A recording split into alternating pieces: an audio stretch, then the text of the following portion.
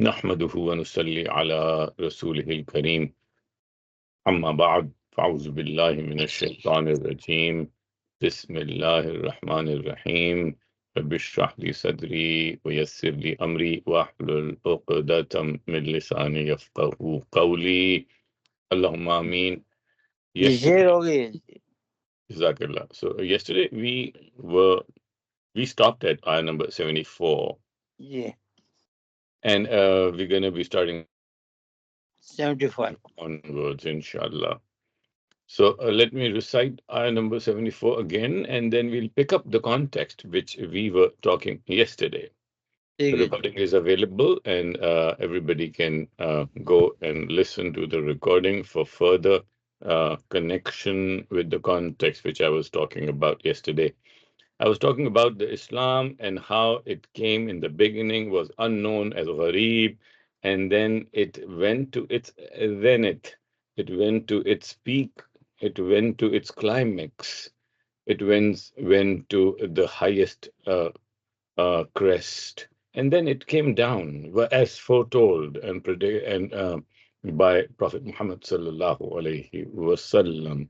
And that knowledge of foretelling is Islamic eschatology, as we say. In that knowledge of foretelling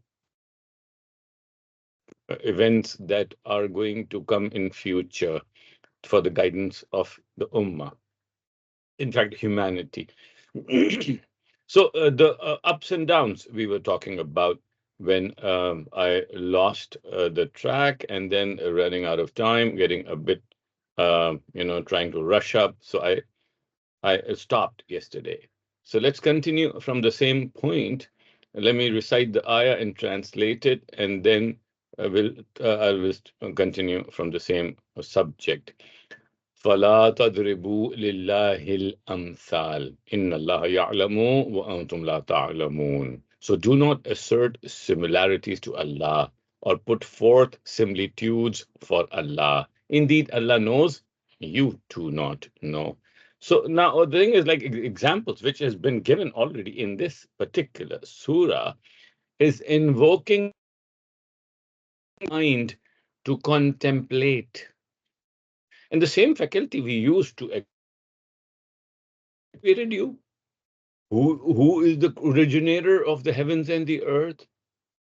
Who fashioned you? Who control your affairs? Haven't you realized your affairs are not, it doesn't go as you want your affairs to go.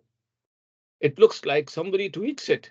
It looks like you, man proposes and somebody else disposes. And who is that somebody else? And then this deductive reasoning makes you reach to the same conclusion where Prophet ﷺ said in the hadith, if you see footprints on the sand, but you don't see a man, what would you think? So I would think there was a man that passed on this sand some time ago. Though the man is not visible, but the footprints are there. So these are the evidence that somebody walked on this sand. So similarly, we have this reasoning evidences that makes us reach to a conclusion. you know so there's this faculty which has been used to reach to this conclusion. Don't use this faculty to start putting similitudes on Allah. So because before this ayah there are some similitudes, some examples given, and further more amsal are coming up. So it doesn't mean that Quran is inviting you that start now, use the faculty and think about Allah whatever you want to think. You know, this is a sensitive area. If you remember, yesterday I spoke about Naqaliya and Aqaliya. Who was Naqaliya? Who was Aqaliya? Mu'tazila was Aqaliya. And who's Naqaliya? Hanbaliya, Hanabila, fiqh of Hanbal. Hanabila was on the other side. They were promoting Naql, and other was promoting Aql. So, though the case which we get today to hear was not the Aqaliya case, we hear the Naqaliya case, the case of traditionals, their point of view. And their point of view was, oh, Ahmad bin Hanbal, oh, amazing. This is how you promote a person, then promote his point of view while eliminating the positive point of view of the other opponent, and only picking up those point of views which you dealt and you proved or disproved.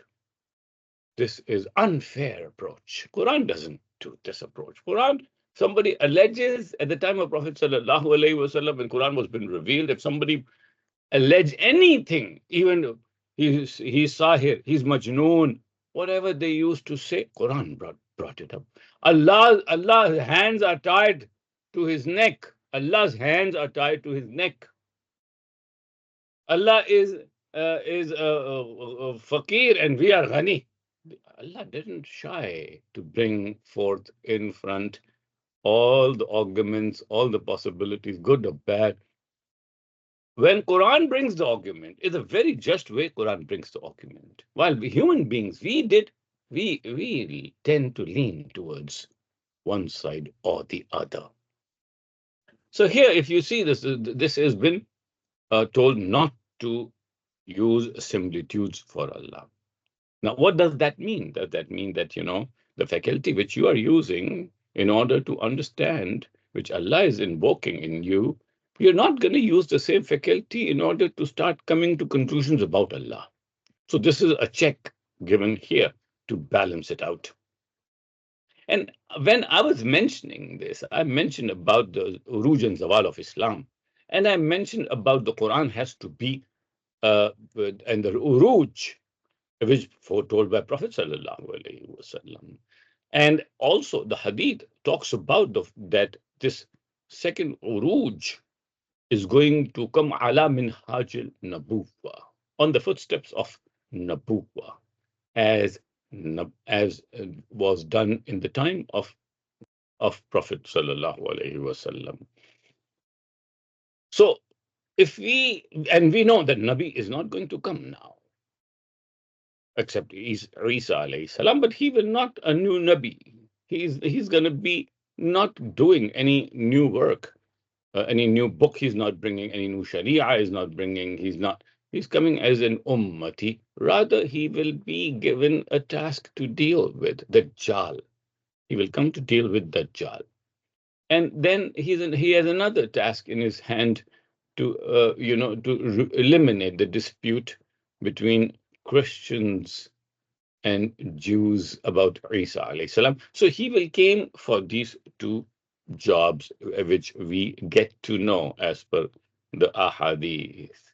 So, but here, if you see the uruj of Islam, the first uruj was ala, and the second was ala minhaj al nabuwa, on the manhaj, the method of the prophethood, the method of prophet, as we today know that there's a method of establishing Islam as per, and the Dr. Israr rahmahumullah, he wrote a nice booklet on this Manhaj Inqilab an-Nabi. He has a detailed version of that book as well, around 400 plus pages.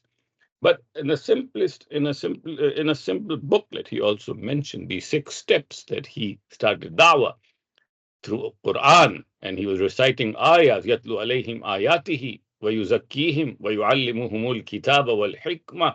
So he was reciting these ayahs on people, and people who were listening to the ayahs and accepting that this is the book of Allah, and accepting and leaving their culture, their tradition, their tribal affiliation, their belief system, their religion, their family ties, their tribal ties. They were ready to break anything to come and join this wahi, this book that has claimed to come from Allah.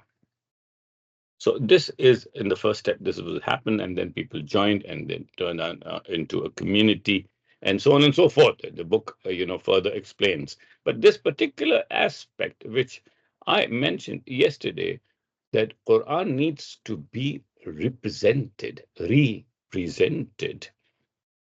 the fashion it was presented in the first time.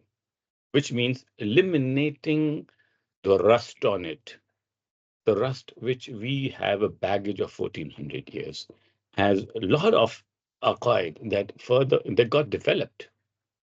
And this fala tadribu lillahi amthal. Since this time we have stepped in, as I mentioned, is going to be the aqaliyya, the rationalism will be coming back, kicking in again, will be again coming in. The time of rationalism is again, the second coming of rationalism in Islam is right around the corner. People will be talking more on ilmul kalam, the attributes of Allah, and those discussions will be based on traditional aqaid, and that will be the tough time the traditional aqaid is going to face, because they taught aqaid in a very unique, very strange method that you're not going to question unless we complete. And then it was very forcefully taught for years to convert a person's mind into another frame. Now, that teaching is not any more applicable in the modern world, where majority of the people fall. They are been taught to think and to question and to reason. Now, there's going to be a contradiction, big contradiction between these two groups now. There's a huge group of traditionals b- developed in this fashion into a mind which is not of their own, which is away from the fitrah. While this another domain, another group of people, which are in majority, they've been taught to think, to reason, to question anything that comes in the middle. Reason it. If you find it reasonable, submit to it, accept it. If you find don't not reasonable, do not accept it. Now, it means that the both group claim to be standing for the truth, but we need to see which group is standing for the truth, unless the truth shows itself up. So here is going to be so this conflict is coming up. فَلَا تُضْرِبُوا لِلَّهِ أَمْثَالًا, and do not put forth examples for Allah. So now when the Islam is going to be again rise on the footsteps of ala minhaj al-nabuwa, on the footsteps of nabuwa, as nabuwa did, which means the Quran has to be represented. And this thought is not my thought, actually. It's the thought of Dr. Israr Rahimahullah, before that Maulana Maududi, and a couple of more scholars of Islam who were considered in their time as revivalists, as modernists. And by the way, this angle of view by labeling people is given to us by our white masters. They gave us this way of looking at, especially after the Rand Corporation report, that Muslims are four types: fundamentalists, traditionalists, this Sufi, and then modernists, which are liberalists and modern liberal, and all these categories have been categorized by them. So, and we we didn't realize that they somehow influenced our paradigm. They have tweaked our lens of view. Now we are looking at things with their lens. We don't realize that. So these scholars have the same view that Quran needs, and Iqbal has a very good poet couplet on the same issue. Nawa pera ho e bulbul ke phir tere tarannum se, kabootar ke tane nazuk mein shahi ka jigar paida. So the first misra of this sher is Nawa pera ho e bulbul ke phir tere tarannum se. That means you're gonna a new song you're gonna sing, or bird. The bulbul is one of the kind of bird. I don't know. Maybe the hummingbird. Anyway, so again, you have to sing the song in a new fashion, which means that this Quran, this rust of assumptions or aqidah or comprehension has to go. and to ponder on the in the depth of these ayahs, to try to see what is close to fitra. Because now after 1400 years of this book, humanity has learned a lot of things around of fitra, of nature around itself. The time is understood not as it was used to understood before. Humanity has been understood not as the history of humanity, the lineage, the type, the languages, and the mechanics of the language, and the behaviors, and the culture, and the traditions, and the effects of that, and the religions, and the belief system, and evolution of the thought, and religion, and social thought, and political thought, and economic. Tremendous improvement has made. Now, in this new social part, Quran has to be explained. So that's why a lot of people who are thinking of, that has to be, the Quran has to be. And that's why we see every century we have mufassirin coming up, writing tafsir with of the language of the time. Especially if you see, some scholars, some mufassirin, they emphasized on the legal side of it, some emphasized on scientific side of it, you know, and some, and so on and so forth. Whatever the language of the time is, that's how the mufassirin write. So today, the time has come where where somebody has to come up with, rethinking on Quran, keeping in mind what we already learned over 1400 years. Rethink it on the grounds, on the comprehension of today's time, on the value system of today's time, on the social thought that has given the sense to justice and human rights, on that grounds, on the grounds of rationality and equity of today's understanding. Quran needs to be read and explained. Then Quran will reveal its power, that how deeper, how fundamental these ayahs are.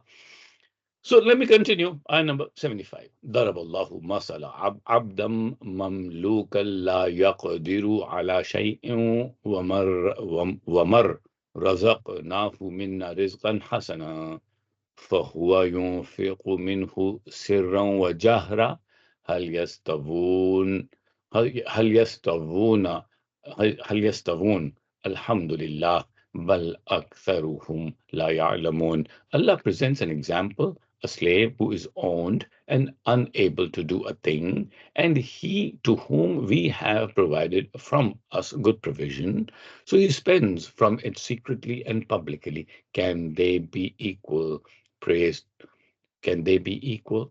Praise to Allah, but most of them do not know. So another similitude has been presented for people to comprehend, to people to ponder, that a slave who is owned and unable to do a thing without his master's command. He is somebody owns this person. He is a slave. He cannot do anything without the command and permission of his master. And he to whom we have provided from us good provision. So he spends from it secretly and publicly. And this person has provisions and he spends secretly and publicly. He's a good person. He's a spender.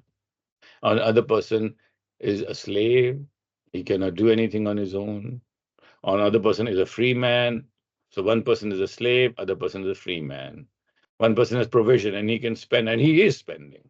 Other person has no permission. He has no provisions. He cannot spend anything on his own.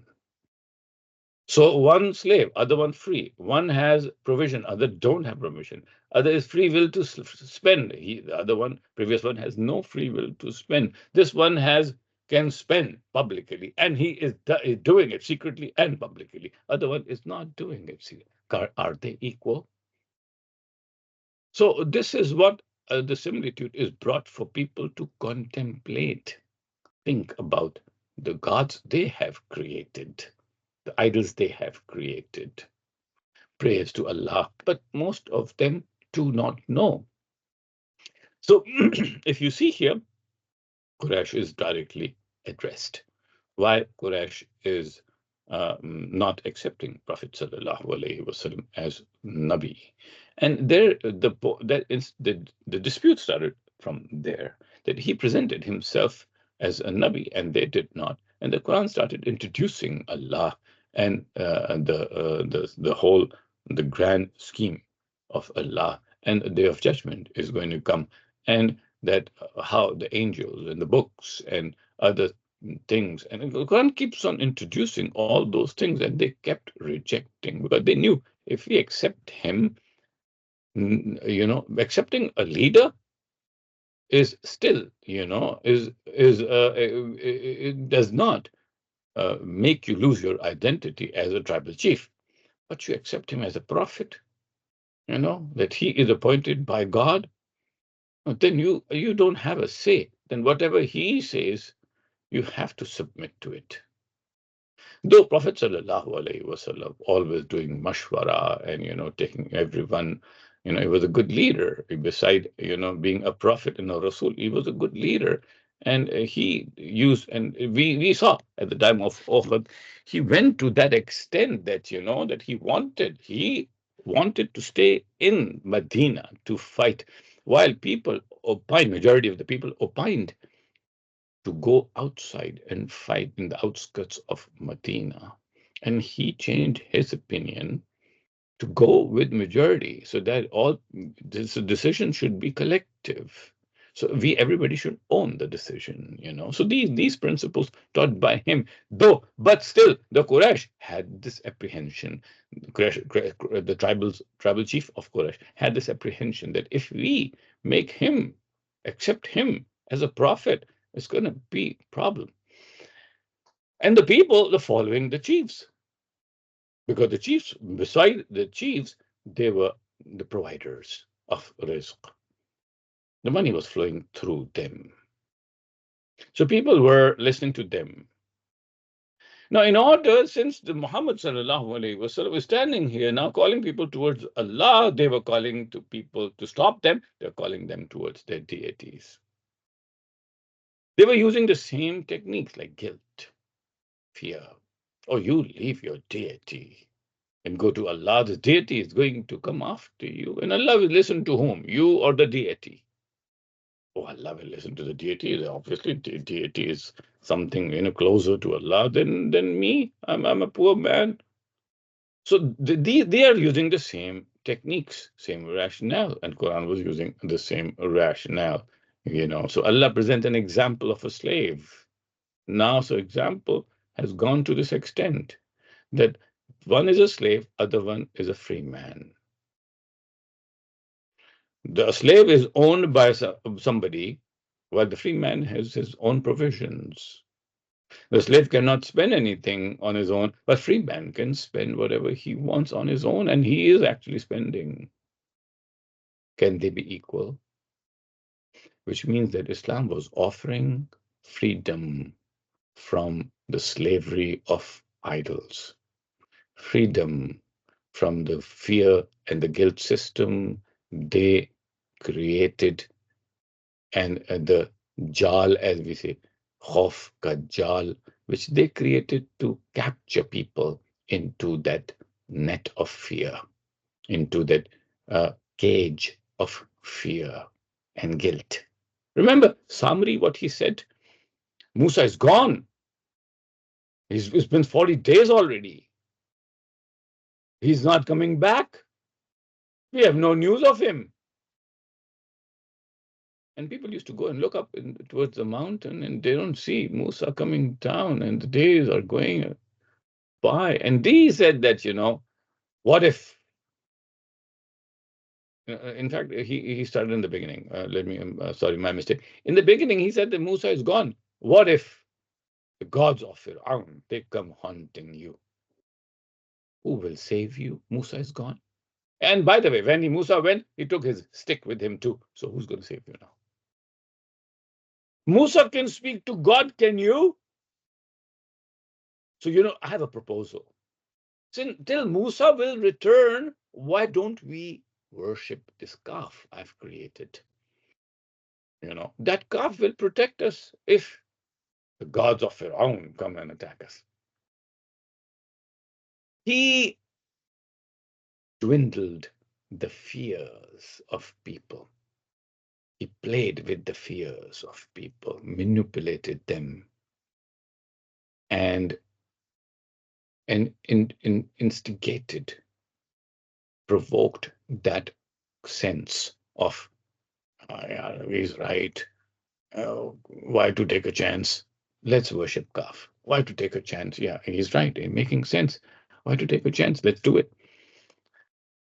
And this is how, he manipulated. In Quran, coming up with this example that one is slave. They're calling you towards slavery, while Quran is calling you towards provision, freedom, and spending. Not today's Islam, brothers. Today's Islam is different. The Islam of that time was calling toward justice, equity, equality, freedom, choice of, whatever religion you follow, no problem. Today we have converted into a guilt system. Don't do this, is haram. Don't do that, that's haram. You do, as I mentioned, my son, he came from madrasa, the younger one, he started IBS, he came from madrasa. He said, after doing wuzu, he said that, do you know, Dad, that if you don't wash your heels properly, your body will go to Jannah, but your feet will be in hellfire. This is a hadith, by the way. But the hadith has a context. The context is that they went out for a ghazwa. Prophet ﷺ was with them. And they were rushing for Asr Salah. Muslims were rushing before it becomes Qaza. And they were doing wuzu in hastily. And they were missing their heels. And they were dirty. They were traveling on foot. They were not wearing Nike or Reebok shoes, fully covered with socks and, no.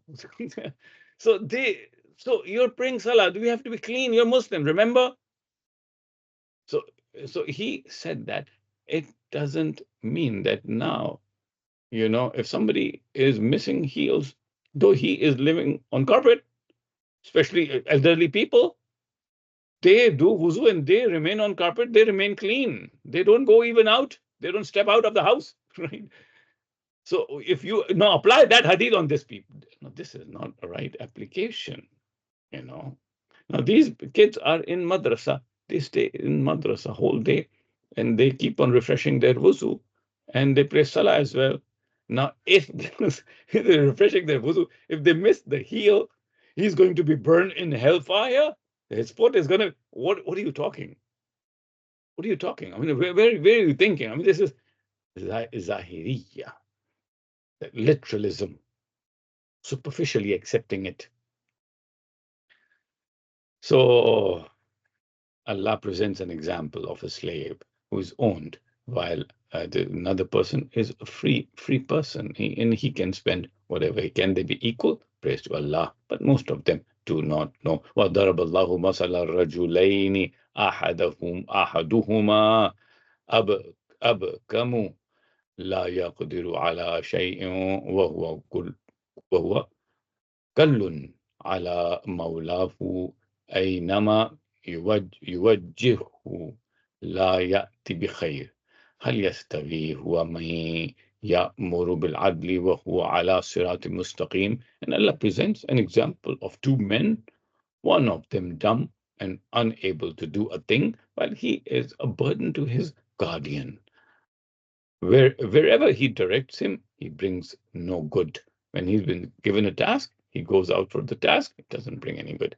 Is equal to the one who commands justice while he is on a straight path. Now, this ayah is very interesting. Unfortunately, when you do try to do justice to the meaning of these ayahs, we've been going through translation. This time I wanted to go a bit deeper in order to understand and take messages, because they're revolutionary ayahs. I mean, they are full of lessons and wisdoms, oozing out. So, we just touch a bit and time flies away. I don't know, something happens to, where is Einstein, tell him how to slow the time.